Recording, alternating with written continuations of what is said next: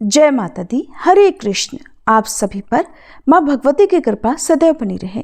आज आप सभी सुनेंगे चैत्र मास महात्म्य का अंतिम अध्याय और इसी के साथ आज चैत्र मास महात्म्य की सारी कथाएं समाप्त हो जाएंगी। अब तक के सभी अध्याय सुनने के लिए और हर दिन नियम से कमेंट्स करने के लिए आप सभी श्रोताओं का बहुत बहुत धन्यवाद। आशा करती हूँ कि आने वाले वैशाख मास में भी आप हमारे चैनल पर इसी तरह से कथाएं सुनते रहेंगे। व्यास जी बोले, हे राजन, हे अनघ, आपने मुझसे जो जो पूछा था वह मैंने आपको बता दिया, जिसे पूर्व में नारायण ने महात्मा नारद से कहा था। महादेवी का ये परम अद्भुत पुराण सुनकर मनुष्य कृतकृत्य हो जाता है और वह भगवती का प्रीतम हो जाता है। हे राजन, क्योंकि अपने पिता की दुर्गति के विषय में जानकर आप अत्यंत विषादग्रस्त हैं, इसलिए हे राजन, अब आप अपने पिता के उद्धार के निमित्त देवी यज्ञ कीजिए। आप विधि अनुसार महादेवी के सर्वोत्तमोत्तम मंत्र की दीक्षा ग्रहण कीजिए, जो मनुष्य जन्म को सार्थक कर देता है। सूत जी बोले, उसे सुनकर नृप श्रेष्ठ जन्मेजय ने मुनीन्द्र व्यास जी से प्रार्थना करके उन्हीं से विधि पूर्वक देवी के प्रणव संज्ञक महामंत्र की दीक्षा ग्रहण की। इसके बाद महाराज ने नवरात्र के आने पर धौम्य आदि मुनियों को बुलाकर धन की कृपणता किए बिना अर्थात कंजूसी किए बिना शीघ्रतापूर्वक अम्बा यज्ञ आरंभ कर दिया। उसमें उन्होंने भगवती जगदम्बा की प्रसन्नता के लिए उनके समक्ष ब्राह्मणों के द्वारा इस परम उत्तम देवी भागवत महापुराण का पाठ कराया। इस यज्ञ में उन्होंने असंख्य ब्राह्मणों, सुवासिनी स्त्रियों, कुमारी कन्याओं, ब्रह्मचारियों, दीनों और अनाथों को भोजन कराया। इसके बाद धन दान के द्वारा उन सभी को पूर्ण संतुष्ट करने के बाद पृथ्वीपति जन्मेजय यज्ञ समाप्त करके जैसे ही अपने स्थान पर विराजमान हुए, उसी समय प्रज्वलित अग्नि की शिखा के समान तेज वाले देवर्षि नारद अपनी महती नामक वीणा बजाते हुए आकाश से उतरे। उन नारद मुनि को देखकर आश्चर्यचकित हो महाराज जन्मेजय अपने आसन से उठ खड़े हुए और उन्होंने आसन आदि उपचारों से उनका पूजन किया। इसके बाद वे कुशल क्षेम संबंधी प्रश्न करके उनके आने का कारण पूछने लगे। राजा बोले, साधो, आप कहाँ से आ रहे हैं? आप मुझे ये बताइए कि मैं आपकी क्या सेवा करूं? मैं आपके आगमन से सनाथ और कृतार्थ हो गया हूं। राजा की ये बात सुनकर मुनि श्रेष्ठ नारद ने कहा, राजन, आज मैंने देवलोक में एक आश्चर्यजनक घटना देखी है। उसी को बताने के लिए मैं विस्मित होकर आपके पास आया हूँ। अपने विपरीत कर्मों के कारण आपके पिताजी दुर्गति में पड़े हुए थे। वे ही अब दिव्य शरीर धारण करके श्रेष्ठ विमान पर चढ़कर श्रेष्ठ देवताओं और अप्सराओं से चारों ओर से भली भांति स्तुत होते हुए मणिद्वीप को चले गए हैं। इस देवी भागवत के श्रवण जनित फल और देवी यज्ञ के फल से ही आपके पिताजी उत्तम गति को प्राप्त हुए हैं। हे कुलभूषण, आप धन्य तथा कृतकृत्य हो गए हैं और आपका जीवन सफल हो गया। आपने नरक से अपने पिताजी का उद्धार कर दिया है और आज देवलोक में आपकी महान कीर्ति और अधिक विस्तृत हो गई है। सूत जी बोले, हे मुनीश्वरों, नारद जी का यह वचन सुनकर महाराज जन्मेजय का हृदय प्रेम से गदगद हो गया और वे अद्भुत कर्मों वाले व्यास जी के चरण कमलों पर गिर पड़े। वे कहने लगे, हे देव, आपकी कृपा से ही मैं कृतार्थ हुआ हूँ। हे महामुने, नमस्कार के अतिरिक्त मैं आपके लिए विशेष कर ही क्या सकता हूँ? हे मुने, आप मुझ पर इसी प्रकार अनुग्रह सदा करते रहें। राजा का यह वचन सुनकर भगवान बादरायण व्यास ने अपने आशीर्वचनों से उनका अभिनंदन कर मधुर वाणी में कहा, हे राजन, सब कुछ त्याग करके आप भगवती के चरण कमलों की उपासना कीजिए और दत्तचित्त होकर नित्य देवी भागवत पुराण का पाठ कीजिए। साथ ही नित्य आलस्य रहित होकर भक्तिपूर्वक देवी यज्ञ का अनुष्ठान कीजिए। उसके फलस्वरूप आप भव बंधन से अनायास ही छूट जाएंगे।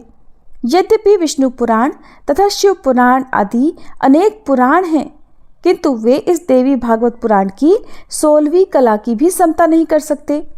ये देवी भागवत समस्त वेदों और पुराणों का सार स्वरूप है। हे राजन, जिस देवी भागवत में साक्षात मूल प्रकृति का ही प्रतिपादन किया गया है, उसके समान अन्य कोई पुराण भला कैसे हो सकता है। हे जन्मेजय, जिस देवी भागवत का पाठ करने से वेद पाठ के समान पुण्य फल मिलता है, उसका पाठ श्रेष्ठ विद्वानों को प्रयत्नपूर्वक करना चाहिए। उन नृपश्रेष्ठ जन्मेजय से ऐसा कहकर मुनिराज व्यास चले गए। उसके बाद विमलात्मा धौम्य आदि मुनि भी अपने अपने स्थानों को चले गए। उन्होंने देवी भागवत की ही श्रेष्ठ प्रशंसा की और फिर इसके बाद संतुष्ट मन वाले महाराज जन्मेजय देवी भागवत पुराण का निरंतर पाठ और श्रवण करते हुए पृथ्वी का शासन करने लगे। सूत जी बोले, परांबा देवी के मुख कमल से वेद सिद्धांत का बोधक जो आधा श्लोक निकला था और जिसका उपदेश स्वयं देवी ने वट पट पर शयन करने वाले श्री विष्णु को किया था, उसी को पूर्व काल में ब्रह्मा जी ने 100 करोड़ श्लोकों के रूप में विस्तृत कर दिया है। इसके बाद व्यास जी ने शुकदेव जी को पढ़ाने के लिए इसके सार भाग को एकत्र करके 18,000 श्लोकों और 12 स्कंधों से युक्त श्रीमद् देवी भागवत नामक पुराण की रचना की। वह पुराण अब भी देवलोक में वैसे ही विस्तृत रूप से विद्यमान है। इस पुराण के समान पुण्यदायक, पवित्र और पापनाशक दूसरा कोई पुराण नहीं है। इसके एक एक पद का पाठ करने से मनुष्य अश्वमेध यज्ञ का फल प्राप्त करता है। हे मुने, स्वयं अपने हाथ से देवी भागवत पुराण लिखकर या किसी लेखक से लिखवाकर पुराण का वाचन करने वाले विद्वान को इसे देकर वस्त्र और आभूषण आदि से उनकी पूजा करके उनके प्रति व्यास बुद्धि रखकर नियम पूर्वक उनके मुख से इस पुराण का श्रवण करना चाहिए। कथा की समाप्ति के दिन भाद्रपद पूर्णिमा तिथि को स्वर्ण सिंहासन पर स्थापित करके इस पुराण का दान उस पौराणिक विद्वान को करना चाहिए। पुनः दक्षिणा के रूप में उन्हें विविध अलंकारों और सोने के हार से विभूषित और बछड़े से युक्त दूध देने वाली कपिला गौ प्रदान करनी चाहिए। कथा के अंत में पुराण में जितने अध्याय हैं, उतने ही ब्राह्मणों और उतनी ही सुवासिनियों को उतनी ही कुमारियों और बालकों के साथ भोजन कराना चाहिए। उन सब में देवी की भावना करके वस्त्र, आभूषण, चंदन, माला, पुष्प आदि से उनकी पूजा करे और उत्तम पायसान अर्थात खीर का भोजन कराए। मनुष्य इस देवी पुराण के दान से पृथ्वी के दान का फल प्राप्त करता है और इस लोक में सुख भोग कर अंत में देवी लोक को प्राप्त होता है। जो इस श्रेष्ठ श्रीमद् देवी भागवत का नित्य भक्ति पूर्वक श्रवण करता है, उसके लिए कुछ भी, कहीं और कुछ भी दुर्लभ नहीं है। इसके श्रवण से पुत्रहीन व्यक्ति को पुत्र, धन चाहने वाले को धन और विद्या की इच्छा रखने वाले को विद्या की प्राप्ति हो जाती है। साथ ही संपूर्ण पृथ्वीलोक में वह कीर्तिमान हो जाता है। जो स्त्री वंध्या, काक वंध्या अथवा मृत वंध्या हो, वह इस पुराण के श्रवण से उस दोष से भी मुक्त हो जाती है, इसमें संदेह नहीं। यह पुराण जिस घर में विधि पूर्वक पूजित होकर स्थित रहता है, उस घर को लक्ष्मी और सरस्वती भी कभी नहीं छोड़ती और बेताल, डाकिनी और राक्षस आदि वहाँ झांकते तक नहीं। यदि ज्वरग्रस्त मनुष्य को स्पर्श करके एकाग्रचित्त होकर इस पुराण का पाठ किया जाए तो दाहक ज्वर उसके मंडल को छोड़कर भाग जाता है। इसकी 100 आवृत्ति के पाठ से क्षय रोग समाप्त हो जाता है। जो मनुष्य प्रत्येक संध्या के अवसर पर दत्तचित्त होकर संध्या विधि संपन्न करके इस पुराण के एक एक अध्याय का पाठ करता है, वह ज्ञानवान हो जाता है। कार्य अकार्य के अवसरों पर इस पुराण के द्वारा शकुन का भी विचार करना चाहिए। हे मुने, उसकी विधि का वर्णन मेरे द्वारा पहले ही किया जा चुका है। शारदीय नवरात्रि में परम भक्ति से इस पुराण का नित्य पाठ करना चाहिए। इससे जगदम्बा उस व्यक्ति पर प्रसन्न होकर उसकी अभिलाषा से भी अधिक फल प्रदान करती हैं। वैष्णव, शैव, सौर तथा गणपत्य जनों को अपने अपने इष्ट देव की शक्ति की संतुष्टि के लिए चैत्र, आषाढ़, आश्विन और माघ इन मासों के 4 नवरात्रि में इस पुराण का प्रयत्नपूर्वक पाठ करना चाहिए। इससे रमा, उमा आदि शक्तियाँ उस पर सदा प्रसन्न रहती हैं। हे मुने, इसी प्रकार वैदिकों को भी अपनी गायत्री की प्रसन्नता के लिए इसका नित्य पाठ करना चाहिए। इस पुराण में कहीं किसी का विरोध वचन नहीं है। वैष्णव, सौर आदि सभी जनों की उपासना सदा शक्ति युक्त ही होती है। इसलिए शक्ति को संतुष्ट करने के लिए द्विजों को इस पुराण का सदा पाठ करना चाहिए। स्त्रियों तथा शूद्रों को चाहिए कि वे अज्ञानवश इसका कभी पाठ ना करें, अपितु वे ब्राह्मणों के मुख से ही इसका नित्य श्रवण करें। यही मर्यादा है। अधिक कहने से क्या लाभ, मैं आपको इसका वास्तविक सार बताऊंगा। हे श्रेष्ठ मुनियों, यह पुराण परम पवित्र तथा वेदों का सार स्वरूप है। इसके पढ़ने और सुनने से वेद पाठ के समान फल प्राप्त होता है। गायत्री नाम से प्रतिपादित उन सच्चिदानंद स्वरूपिणी हरिंगमयी भगवती को मैं प्रणाम करता हूँ। वे हमारी बुद्धि को प्रेरणा प्रदान करें। पौराणिकों में श्रेष्ठ सूत जी का ये वचन सुनकर नैमिषारण्यवासी तपोधन मुनियों ने बड़े समारोह के साथ उनका सम्मान किया। भगवती के चरण कमलों के उपासक वे सभी मुनि प्रसन्न हृदय वाले हो गए। इस पुराण के प्रभाव से वे परम शांति को प्राप्त हुए। मुनियों ने सूत जी को नमस्कार किया और बार बार क्षमा प्रार्थना करके कहा, हे तात, इस संसार सागर से पार करने के लिए आप ही निश्चित रूप से हमारे लिए नौका स्वरूप हैं। इस प्रकार सभी श्रेष्ठ मुनियों के समक्ष सभी वेदों के गुह्य विषय रूप इस दुर्गा चरित्र प्रतिपादक श्रीमद् देवी भागवत पुराण को विनय संपन्न मुनिजनों को सुनाकर तथा उनके आशीर्वाद से वृद्धि को प्राप्त होकर भगवती के चरण कमलों के भृंग स्वरूप सूत जी वहां से चले गए। इस प्रकार श्रीमद् देवी भागवत पुराण संपन्न हुआ। अब हम सभी मिलकर माँ दुर्गा से क्षमा प्रार्थना करेंगे और कथा के अंत में श्री दुर्गा चालीसा पाठ और फिर दुर्गा माता की आरती भी करेंगे। हे माँ, मैं न मंत्र जानती हूँ न यंत्र। अहो, मुझे स्तुति का भी ज्ञान नहीं है, न आह्वान का पता है न ध्यान का। स्तोत्र और कथा की जानकारी भी नहीं है। न तो मैं आपकी मुद्राएं जानती हूँ और न मुझे व्याकुल होकर विलाप करना ही आता है। परंतु मैं एक बात जानती हूँ, केवल आपका अनुसरण, आपके पीछे चलना, जो कि सब क्लेशों को, समस्त दुख विपत्तियों को हर लेने वाला है।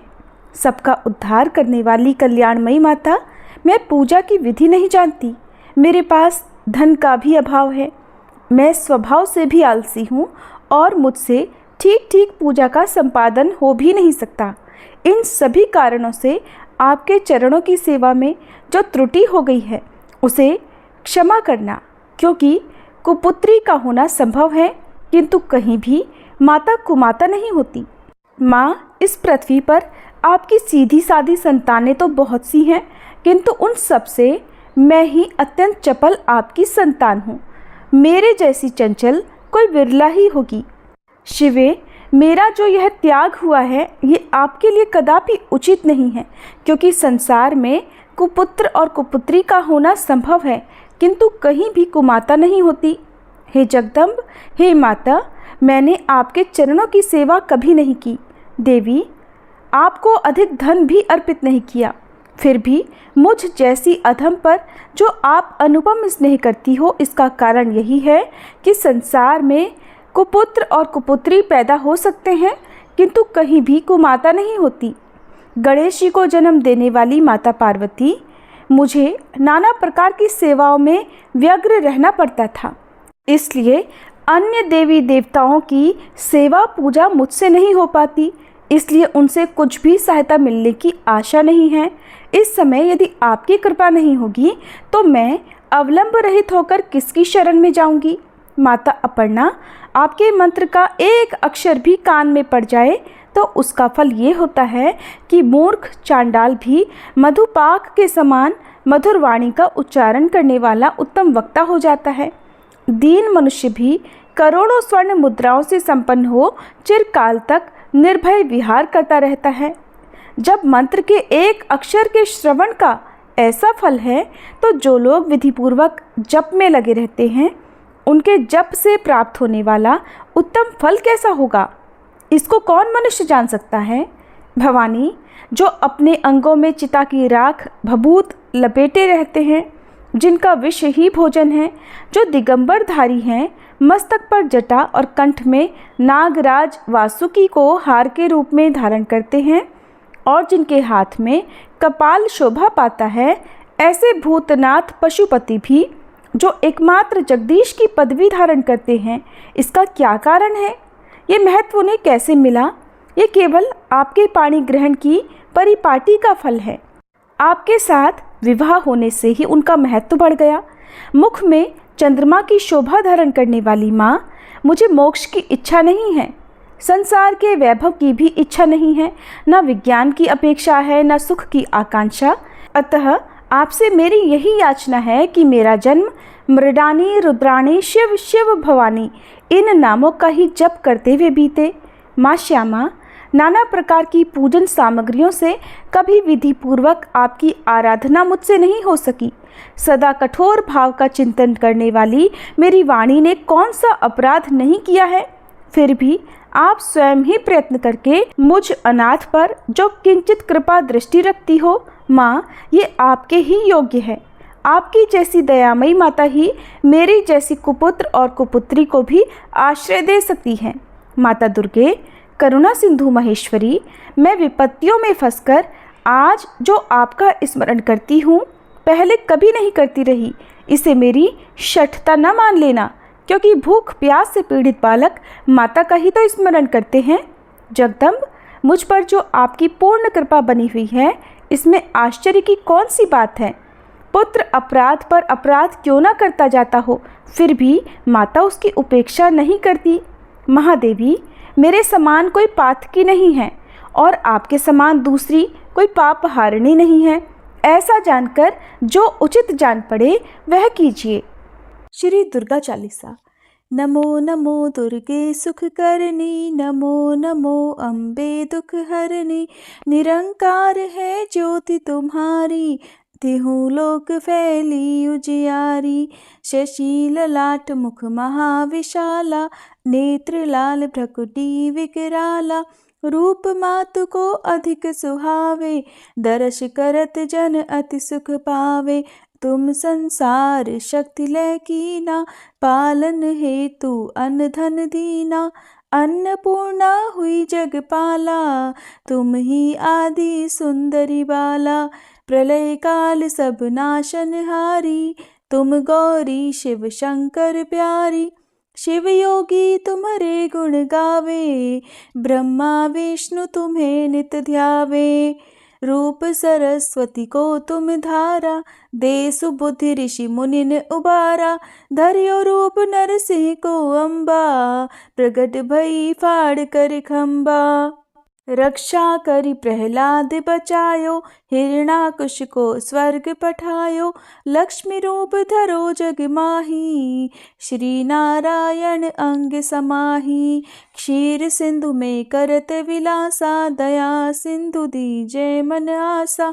हिंगलाज में तुम ही भवानी, महिमा अमित न जात बखानी। मातंगी अरुधुमावती माता, भुवनेश्वरी बगला सुखदाता। श्री भैरव तारा जगतारिणी, छिन्न भाल भव दुख निवारिणी। के हरिवाहन सोह भवानी, लांगुर वीर चलत अगवानी। कर में खप्पर खड्ग विराजे, जाको देख काल डर भाजे। सोहे अस्त्र और त्रिशूला, जाते उठत शत्रु ही शूला। नगर कोटि में तुम ही विराजत, तिहु लोक में डंका बाजत। शुंभ निशुंभ दानव तुम मारे, रक्त बीज शंखन संहारे। महिषासुर नृप अति अभिमानी, जहि अघभार मही अकुलानी। रूप कराल कालिका धारा, सेन सहित तुम तिहि संहारा। परिगाढ़ संतन पर जब जब, भई सहाय मातु तुम तब तब। अमरपुरी अरुबा सब लोका, तब महिमा सब रहे अशोका। ज्वाला में है ज्योति तुम्हारी, तुम्हें सदा पूजे नर नारी। प्रेम भक्ति से जो जस गावे, दुख दारिद्र निकट नहीं आवे। ध्यावे तुम्हें जो नर मन लाई, जन्म मरण ताको छुट जाई। जोगी सुर मुनि कहत पुकारी, योग न हो बिन शक्ति तुम्हारी। शंकर आज रज तप कीनो, काम अरु क्रोध जीत सब लीनो। निश दिन ध्यान धरो शंकर को, काहू काल नहीं सुमिरो तुमको। शक्ति रूप को मरम न पायो, शक्ति गई तब मन पछतायो। शरणागत हुई कीर्ति बखानी, जय जय जय जगदम्ब भवानी। भई प्रसन्न आदि जगदम्बा, दई शक्ति नहीं कीन विलंबा। मोको मातु कष्ट अति घेरो, तुम बिन कौन हरे दुख मेरो। आशा तृष्णा निपट सतावे, मोह मदादिक सब विनशावे। शत्रुनाश की जय महारानी, सुमिरो एक चित तुम्हें भवानी। करो कृपा है मातु दयाला, रिद्धि सिद्धि दे करहु निहाला। जब लग जीऊँ दया पल पाऊँ, तुमरो यश मैं सदा सुनाऊँ। दुर्गा चालीसा जो कोई गावे, सब सुख भोग परम पद पावे। श्री दुर्गा चालीसा समाप्त। जय अम्बे गौरी मैया जय श्यामा गौरी, तुमको निश दिन ध्यावत, मैया जी को सब दिन मनावत। हरि ब्रह्मा शिवरी, जय अम्बे गौरी। मांग सिंदूर विराजत, टीको मृग मद को, मैया टीको मृग मद को। उज्ज्वल से दो नैना, निर्मल से दो नैना, चंद्र वदननी को। जय अम्बे गौरी। कनक समान कलेवर, रक्तांबर राजे, मैया रक्तांबर राजे। रक्त पुष्प गलमाला, लाल पुष्प गलमाला, कंठन पर साजे। जय अम्बे गौरी। के हरिवाहन राजत, खड्ग खपर धारी, मैया खड्ग खपर धारी। सुर नर मुनि जन सेवत, सुर नर मुनि जन सेवत, तिनके दुख हारी। जय अम्बे गौरी। कानन कुंडल शोभित, नासाग्रे मोती, मैया नासाग्रे मोती। कोटिक चंद्र दिवाकर, कोटिक चंद्र दिवाकर, राजत समज्योति। जय अम्बे गौरी। शुंभ निशुंभ विदारे, महिषासुर घाती, मैया महिषासुर घाती। धूम्र विलोचन नैना, मधुर विलोचन नैना, निश दिन मदमाती। जय अम्बे गौरी। चंड मुंड संहारे, शोणित बीज हरे, मैया शोणित बीज हरे। मधु कैटभ दो मारे, मधु कैटभ दो मारे, सुर भयहीन करे। जय अम्बे गौरी। ब्रह्माणी रुद्राणी, तुम कमला रानी, मैया तुम कमला रानी। आगम निगम बखानी, तुम शिव पट रानी। जय अम्बे गौरी। 64 योगिनी मंगल गावत, नृत्य करत भैरू, मैया नृत्य करत भैरू। बाजत ताल मृदंगा, बाजत ढोल मृदंगा, अरु बाजत डमरू। जय अम्बे गौरी। तुम ही जग की माता, तुम ही हो भरता, मैया तुम ही हो भरता। भक्तन की दुख हरता, भक्तन की दुख हरता, सुख संपत्ति करता। जय अम्बे गौरी। भुजाचार अति शोभित वर मुद्राधारी, मैया वर मुद्राधारी। मन वांछित फल पावत, मन इच्छा फल पावत, सेवत नर नारी। जय अम्बे गौरी। कंचन थाल विराजत, अगर कपूर बाती, मैया अगर कपूर बाती। श्रीमाल के तुम्हें राजत, श्रीमाल के तुम्हें राजत, कोटि रतन ज्योति। जय अम्बे गौरी। श्री अम्बे जी की आरती जो कोई नर गावे, मैया जो कोई नर गावे। कहते शिवानंद स्वामी, रटत भोलानंद स्वामी, सुख संपत्ति पावे। जय अम्बे गौरी। जय अम्बे गौरी, मैया जय श्यामा गौरी। तुमको निश दिन ध्यावत, मैया जी को सब दिन मनावत, हरि ब्रह्मा शिवरी। जय अम्बे गौरी। सभी प्रेम से बोलिए दुर्गे मैया की जय, भवानी मैया की जय। आज की कथा के साथ ही चैत्र मास महात्म्य की सभी कथाएं समाप्त हुईं।